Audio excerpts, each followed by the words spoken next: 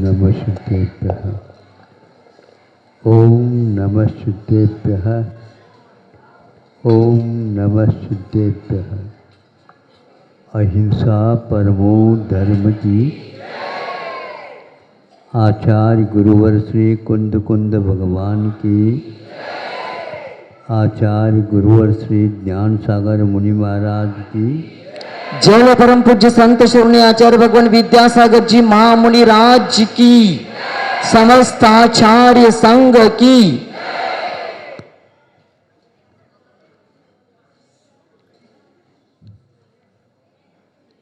अब आपके सामने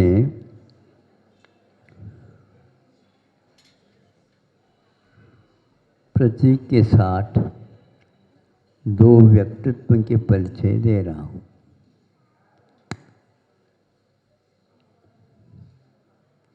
आप सुबह उठते ही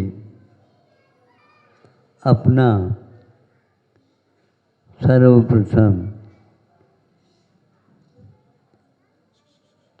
दर्पण को हाथ में लेते हैं।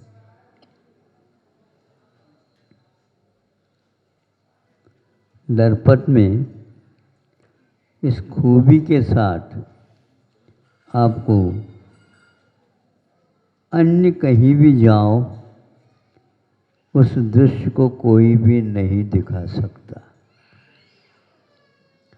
दर्पण में ऐसा कौन सा गुण है वह दर्पण स्वयं नहीं दिखता और आप अपने आप का परिचय प्राप्त कर लेते।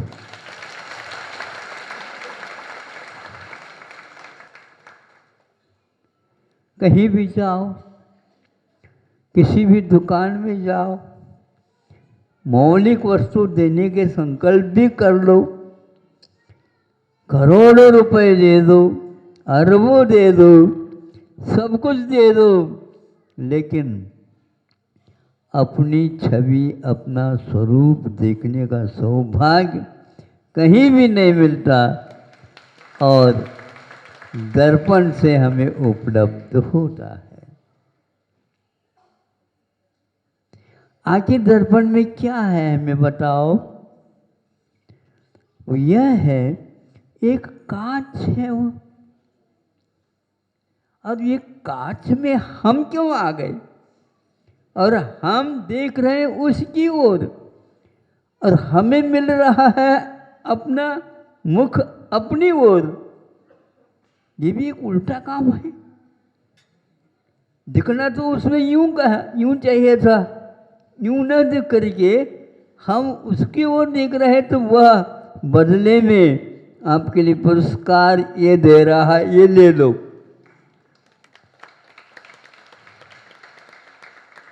अब देखते रहो और सबको भूल जाओ। सबको भूल जाओ, क्योंकि इष्ट पदार्थ अपने को उपलब्ध हो रहा है। और उस कांच में क्या परिवर्तन हुआ और कुछ नहीं। पीछे बाजू को वह केसरिया रंग या सिंदूर आदि का लेप कर रखा है। जो ही उसको हम लेप को निकालते हैं आप गायब हो जाएंगे। वह इन दोनों प्रतीकों के माध्यम से हम प्रतिदिन का जो देव दर्शन है, इसका महत्व, उसका मूल्य और अनमोल, दुर्लभ और अन्यत्र अशक्य कभी भी उपलब्ध नहीं हो सकेगा। ऐसा प्रतिदिन कोई संकल्प लेता है, ये कितना अच्छा है ये, और इसके से कुछ नहीं होता। आचार्यों ने कहा, जिन बिंब दर्शन से अपने आत्मा का ज्ञान होता है, अपने स्वरूप का बोध होता है, अपने दोषों को हम अपनी आँखों से देख करके जल्दी जल्दी उस कालिमा को मिटाने के लिए हाथ तो काम करने लग जाते हैं, पूर्ण नहीं मिटाते, दूसरी चीज़ के द्वारा उसको निकालने का प्रयास करते हैं, क्योंकि मेरा स्वरूप तो अलग है, मैं दिख रहा हूँ कुछ अलग है, इसलिए साफ सुथरा हो जाता है और लगता है कि मैंने आज अपने आप को पाया। ऐसे कैसा देखो, ये प्रत्येक 8 साल का लड़का भी है, वह भी देख लेता है, वह भी अर्घ चढ़ा लेता है। आप चढ़ाते, आप जो कार्य करते उसका वह अनुकरण करता है। यहाँ पर चढ़ाने से अपने को 2 लड्डू मिलेंगे, यह उसको बताया जाता है इस लोभ से, और माँ को वह श्रद्धान का विषय बना करके सब काम करता रहता है। जब अपना स्वरूप का सही बोध हमें अपने आप अपने हाथ में देख लो, कितने भी अच्छे बना करके आप स्वयं को नहीं देख पाएंगे, न ही आपके इस हाथ में किसी का प्रतिबिंब आने वाला है, इसलिए न स्व के लिए कार्य न ही पर के लिए कोई उपयोगी होगा। ऐसे आपके पास हाथ के लिए बहुत कुछ देते रहते हो, मलते रहते हो और सब कुछ होता है, लेकिन बदले में कुछ नहीं है। हाथों हाथ आपको उस दर्पण देखने से अपने आप का स्वरूप पर दूर, जब वह सिंदूरी को हम हटाते हैं तो वह काज होता है, और काज होता है तो उसके क्या बनता है, इसको एक प्रकार से पारदर्शिता आ जाती, हमारे आँखों में वह खटकती नहीं है। नहीं समझे, दर्पण के कारण हम पारदर्शिता से वंचित रह गए थे, और इस काज के माध्यम से उसके पार भी दूर पार तक देखते जाओ, उस पार का कोई अंत नहीं रहता, फिर भी ये काज से हम उस ओर जा रहे हैं। सूक्ष्म से सूक्ष्म को भी हम स्थूल रूप से देख रहे हैं। यह शुद्ध परमेष्ठियों का दर्शन का लाभ है। ये मिलता है नहीं, दिखने में नहीं मिलेगा, लेकिन उस कांच के माध्यम से हम पारदर्शिता के साथ उसको भी देख रहे हैं। वह अतीत को भी दिखा देता है। दर्पण में सुनते हैं, अतीत का नहीं दिखता, व्यतीत का नहीं दिखता, और बाद में जो होने वाला वह भी नहीं दिखता। समोसर में जाओगे, 60 इधर के भाव और 60 उधर के भाव, और वर्तमान को तो देख ही रहे हैं। ये समूह शरण की महिमा है। अभी तो हम दर्पण के द्वारा ही अपनी प्यास को बुझा लें, और जब वो भी मिलेगा तो वो भी देखने को उपलब्ध होगा। और ऐसा भी वहाँ पर मिल सकता है कि यदि मान लो उसी भव से मुक्त होना है तो इधर के भी साथ इधर भी के साथ नहीं, क्योंकि उनका अस्तित्व ही नहीं है। इसलिए केवली भगवान अथवा तीर्थंकरों के जहाँ पर तालाब वगैरह बने हुए हैं वहाँ पर भी देख सकते हैं, वहाँ पर भी बिंबों का दर्शन होता है। भविष्य में कितने भाव लेना है उसका भी बोध होता है संख्या के साथ। यह विचित्र सा लगता है, यही उनकी साधना का फल उन्हीं को नहीं मिल रहा है। उस साधना का फल अपने को भी मिल रहा है। और वो कहता है भैया इसके बदले में पैसा दे दो। पैसे, वो तो पैसे मैं हैं, उनको अब उन पैसों से कोई भी मतलब नहीं। फिर भी उनको प्रसन्नता इसलिए है कि आप लोगों को भी यह सुंदर रहस्यमय चित्र कम से कम देखने को उपलब्ध हुआ। अब आप ही बताओ, जिन बिंब दर्शन करना कितना बड़ा लाभदायक होता है बताओ।